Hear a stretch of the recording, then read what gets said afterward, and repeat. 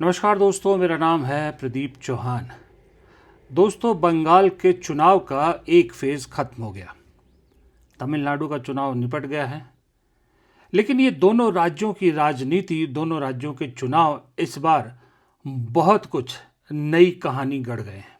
बंगाल तो हालांकि अभी आधा हुआ है, लेकिन यहाँ से दो कहानियाँ बिल्कुल साफ दिख रही है। एक कहानी बीजेपी के डेस्परेशन की, जो इशारा करती है कि शायद कहीं ना कहीं अंदर खाते में ये आशंका घर कर गई है कि अब शायद 29 का सफ़र हमारे लिए मुश्किल हो गया है। दूसरी बात, एक और दूसरा जो इशारा कर गया है, दूसरी जो क्लियर कट इसमें इंडिकेशन मिला है इन चुनाव में, वो ये है कि बीजेपी को अगर दमदार सामने ओपोनेंट मिले तो बीजेपी को हराना बेहद आसान है। जो संगठन की मजबूती का दावा किया जाता था, जो चुनाव की बिसात बिछाने के लिए माहिर माना जाता था, वो बिसात की दरअसल गोटियां अब पुरानी हो गई हैं। नए मोहरे, नए चेहरे बीजेपी के पास है नहीं। नए चेहरे कोई बढ़ाए नहीं है। नए चेहरे के नाम पर अब देश को अमित शाह परोसने की कोशिश की जा रही है, लेकिन कहीं ना कहीं ऐसी फीलिंग आ रही है कि न शाह न मोदी, दोनों को पब्लिक अब रिजेक्ट करने लगी है।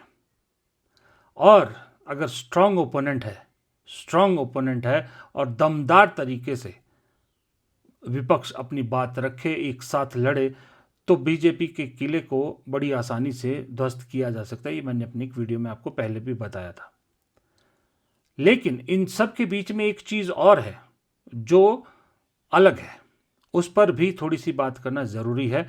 वो ये है कि इस लड़ाई में ये जो DMK versus BJP, TMC versus BJP के बीच में कहीं पर इस लड़ाई में कांग्रेस अपने लिए संजीवनी ढूंढती नजर आई।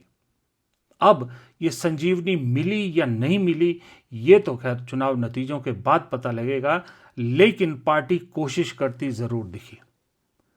पार्टी कोशिश करती दिखी कि जो चीज़ हमको 10 साल पहले करनी चाहिए थी, उसको लेके हम इतना लेट हुए हैं, ये अब हमको कर देनी चाहिए। देर आए दुरुस्त आए, रास्ता सही पकड़ा है। अब इस रास्ते पर चलते हुए जाहिर सी बात है बहुत कुछ परेशानियां भी झेलनी पड़ी थी, लेकिन पार्टी के पास गंवाने के लिए कुछ नहीं था।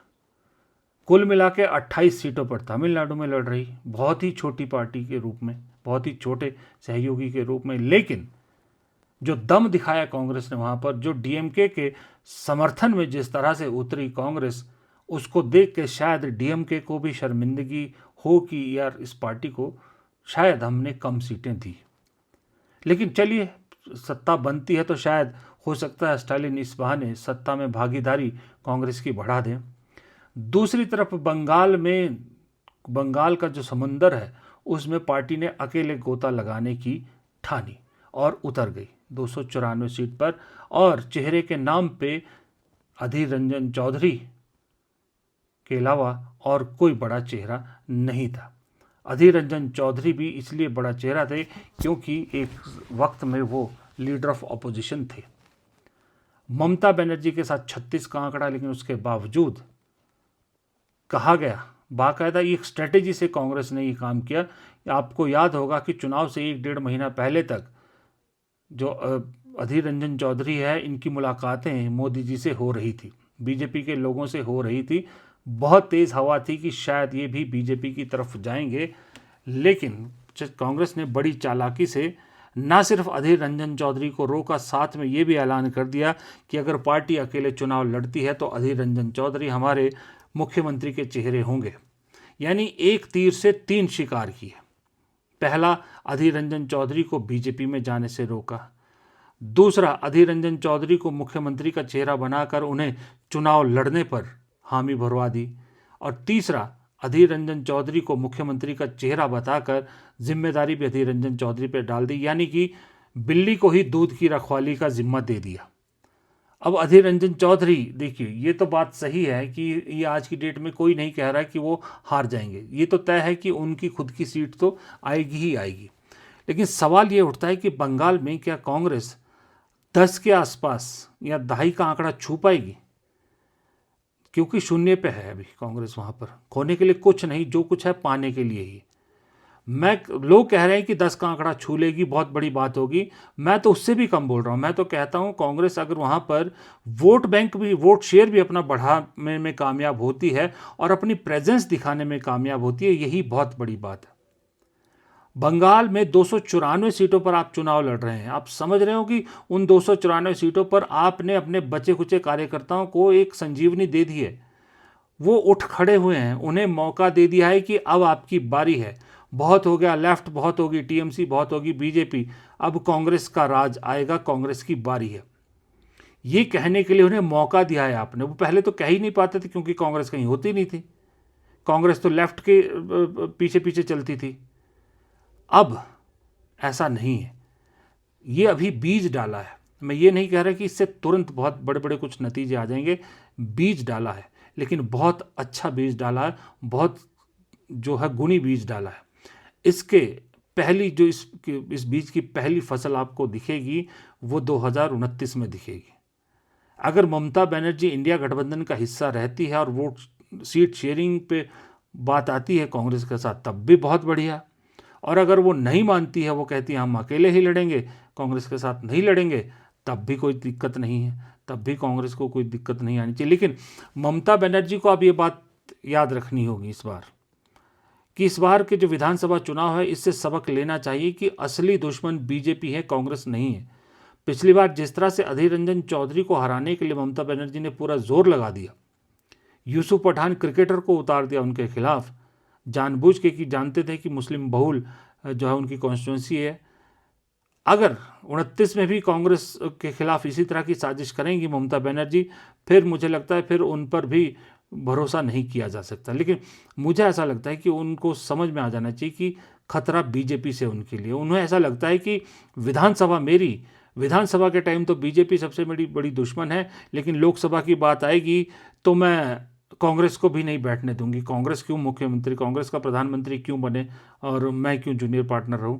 ये सोच को निकालना होगा ममता बनर्जी को। इस सोच को निकालेंगी तो देखिए, बीजेपी एक ऐसा कांटा है, एक बार निकालने से नहीं निकलता, ये तो आधा रह जाता है अंदर। अभी आप 26 में जीत जाओगी तो फिर उसके बाद 31 भी तो है। सबको मालूम है कि आप जब खुद भी छोड़ेंगी तो अपने भतीजे को आगे करेंगी। आप तो महिला हैं, आपका एक अपना करिश्मा है, आप अपना एक पर्सनल वोट बैंक लेके चलती है। लेकिन ज़रूरी नहीं कि अभिषेक बनर्जी को वो सब मिले जो आपके साथ हैं। ज़मीन देनी है तो आपको बीजेपी को परमानेंटली ही वहाँ पर हराना पड़ेगा। ऐसा इलाज करना पड़ेगा कि 31 में भी बीजेपी जो है किसी भी तरह से जो है वो इतना बड़ा ओपोनेंट बन के ना आए। कांग्रेस बीजेपी से कहीं ज़्यादा बेटर ओपोनेंट है, ये हर पार्टी को समझ जाना चाहिए। हर रीजनल पार्टी को ये समझना चाहिए कि विधानसभा चुनाव में कांग्रेस बीजेपी से ज़्यादा बेटर ओपोनेंट है, क्योंकि कांग्रेस की राजनीति कभी भी इतनी नीचे नहीं गिरती जितनी बीजेपी की गिरती है। कांग्रेस कभी भी, जितना आप तक कांग्रेस का इतिहास उठा के देख लीजिए, कभी ये धर्म की पॉलिटिक्स या फिर ये जो मांस मच्छी, कभी ये कभी वो, कभी पर्सनल अटैक, ये सब चीज़ें नहीं करती है। कांग्रेस मुद्दों पर चुनाव लड़ती है, कांग्रेस मुद्दों की बात करती है, विचारधारा की बात करती है, प्रोग्रेस की बात करती है, आगे जो आपका रोड मैप है उसकी बात करती है। जबकि दूसरी तरफ बीजेपी का पूरा चुनाव सिर्फ घुसपैठ, मुसलमान नफरत, ये वो, इसके खिलाफ होता है। कभी कोई मुद्दे पे या विकास के मुद्दे पे इन पे कोई चुनाव मैंने तो नहीं देखा बीजेपी ने लड़ा हो, मैंने नहीं देखा, सच बोल रहा हूँ। आगे पीछे बेशक ये बातें कर लेंगे कि 5वीं अर्थव्यवस्था ये वो सो, जैसे ही चुनाव आता है इनका पूरा जो है वो बदल जाता है, सुर ही बदल जाते।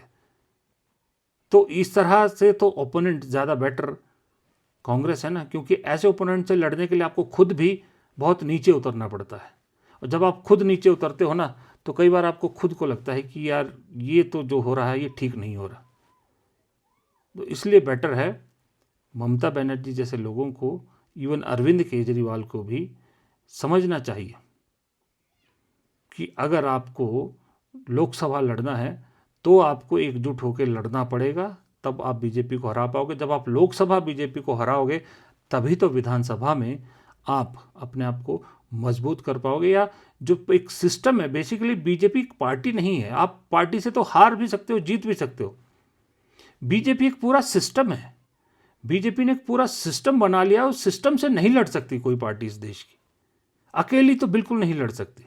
और उस सिस्टम को हराना है तो उस सिस्टम को हराने के लिए एक साथ लड़ना पड़ेगा और एक साथ हराना पड़ेगा। तब सिस्टम हारा तो बीजेपी खुद ब खुद हार जाएगी। यही सच्चाई भी है। फिलहाल इस वीडियो में इतना ही। प्रदीप चौहान को दीजिए इजाजत। नमस्कार।